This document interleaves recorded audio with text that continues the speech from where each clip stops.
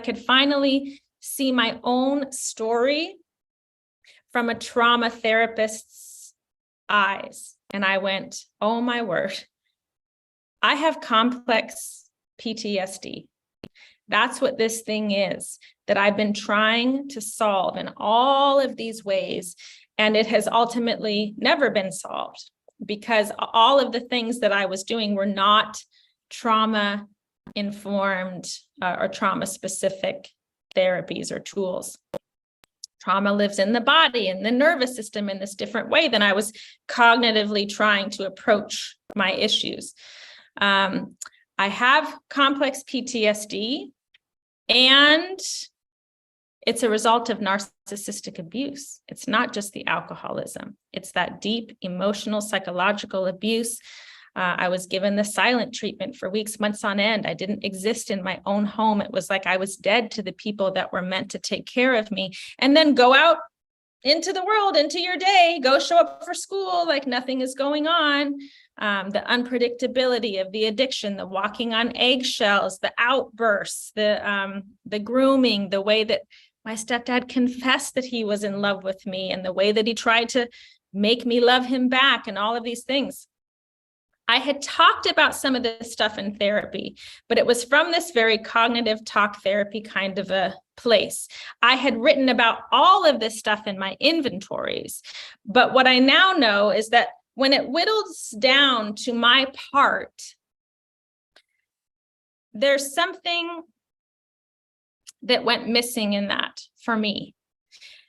I think it was helpful to look at it from my side of the street and to show up.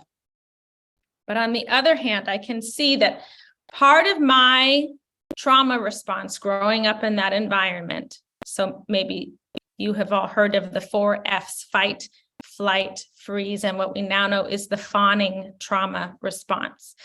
The fawning trauma response is a very common response in childhood. It's sort of the most primitive of the 4.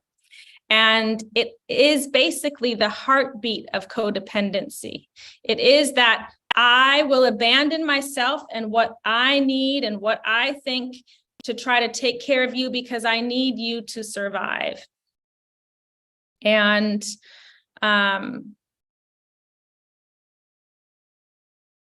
I was stuck. So what can often happen with trauma responses is you learn, it's not a conscious thing, right? These are instincts. It's just the way that the body reacts in order to try to keep you a little bit more safe and maintain whatever connection is there, even if the connection is so dysfunctional. And it was a big go-to for me in childhood. So like I said before, I had this imprinting, this way that I learned to cope, which was largely through the fawning trauma response. And then I carried that unhealed, not knowing it was a trauma response, thinking in some way it's just my personality. Quite frankly, one of the reasons that I ended up probably becoming a therapist was in part a trauma response. I get to show up for you. Your needs are more important than mine. I don't really exist in this relationship. I only matter as I can be of service, right? That it's this thing that I was doing in every relationship.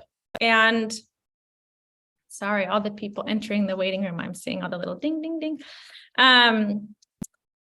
So here I am engaging in this chronic fawning trauma response, which already tells me I have to fix it. I can't be in a safe relationship. Relationships are not safe. I need to hold the entire burden for this thing in order to cobble together any kind of a relationship at all. And then when I acknowledge some real resentments that I have, and all roads lead back to my part, in some ways, the steps enabled me to stay stuck in this chronic fawning response with these 2 ideas. One is that resentments are the number 1 killer, and anger is the luxury, all of that language, coupled with really always coming down to sort of my part of things. The reason it became problematic is that we can look at the fawning trauma response on a spectrum, and it lies on the other end of the fight trauma response. So the fight trauma response in its healthiest aspect is I can engage in conflict. I can have a voice, right? I can be a person in the room. That's like the healthy expression of the fight response. It can obviously lean more towards violence and bullying and things that are not so healthy. But on the end of the spectrum, so there's fawning. I only exist if you see me. I'm going to do everything. I'm going to abandon myself, people pleasing, all of those tendencies, codependency, and the fight trauma response. In order to heal from an overactive fawning trauma response, I have to move more towards the middle where I have more flexibility. And what that means is leaning towards a fight trauma response. So guess what a lot of people need who are stuck in fawning? They need to know that it's okay to be resentful. They need to know that anger is a healthy, natural, human emotion. What we do with it, do we need to be mindful of that? Absolutely. But to have a fight response at all is a very life-giving, affirming, healthy experience to have. And for a lot of people who grew up with childhood trauma, that fight response was snuffed out. My fight response, when I turned to the counselors and social services and to my mom, and I said, hey, this is a problem and I need help. And they turned to me and they said, you're a liar. You're the problem. Get with the program. You're selfish. Knock it off. Suck it up. Do what you got to do, and then stop spreading these lies. That's what happened to my fight response. So even though consciously in my mind, I knew this is horrific. What is wrong with these people? What my body learned is you will never have a voice again.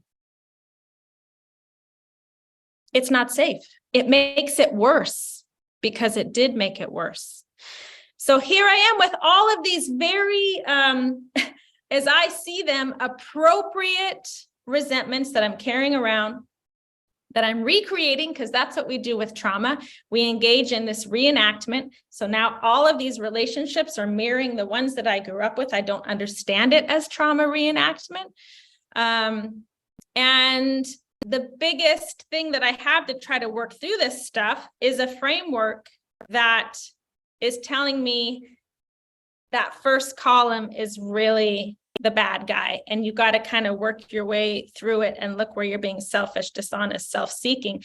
And the fawner in me can always point to, oh, I can see. Yeah, I am being selfish because I have more resources than my family does. You know, if I look at it from a disease model, they're still active. They're active in their addiction. They're sicker than I am. So I need to privilege their wounds. I need to be a good daughter. I need to do. And it sounds kind of good. It sounds like kind of altruistic. It sounds, not a lot of people took issue with that, but my body did. Because what I was telling myself every single time I figured out how to swallow the hurt was, you don't really matter. You don't really deserve to be safe. You don't really deserve to have the freedom from those relationships and from that conditioning. And you have to stay tethered to it. And as I stayed tethered, I continued to reenact these patterns of my trauma. I continued to feel full of shame, like I was broken, right? So when we look at complex trauma, it really equates to a distorted sense of self. And in some ways, not consciously, and certainly everyone who's tried to help has come from a place I know of wanting to be truly helpful. But when it wasn't coming from a trauma-informed perspective, it missed me big time. And what time is it? This feels important. It feels important, just as important to me as doing my dissertation on spiritual bypass and going, I know a lot of people are wanting a genuine relationship to higher power.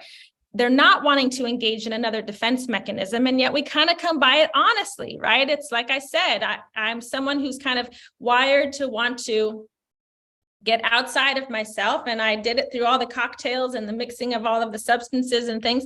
And now I'm not doing that, but I'm still going to have a tendency to want to do it. And so I'm going to do it with the tools that are at my disposal, which was spirituality. I wanted to bring that information back to 12 steps because 12 steps saved my life. It was like, these are my people. This is my community.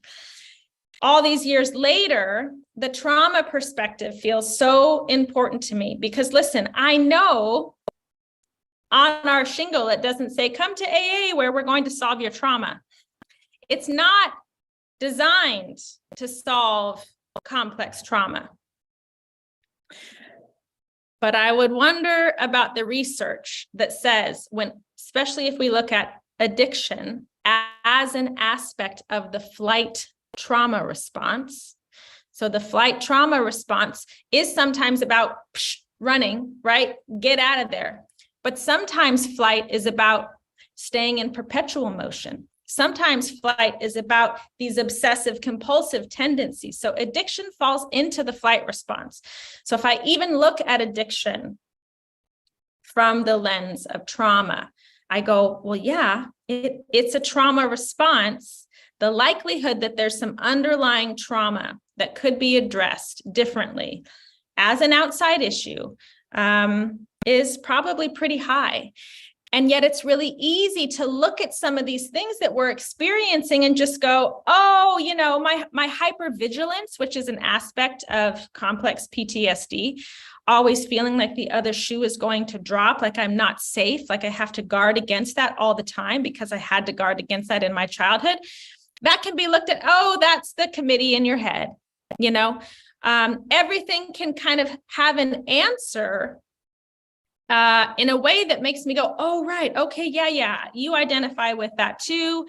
It must just be my ism. It must just be my addiction. Or like I said, if it's manifesting in a different way, like now it's through food or now it's through money or through these other things. Okay, well, I better just go find another program.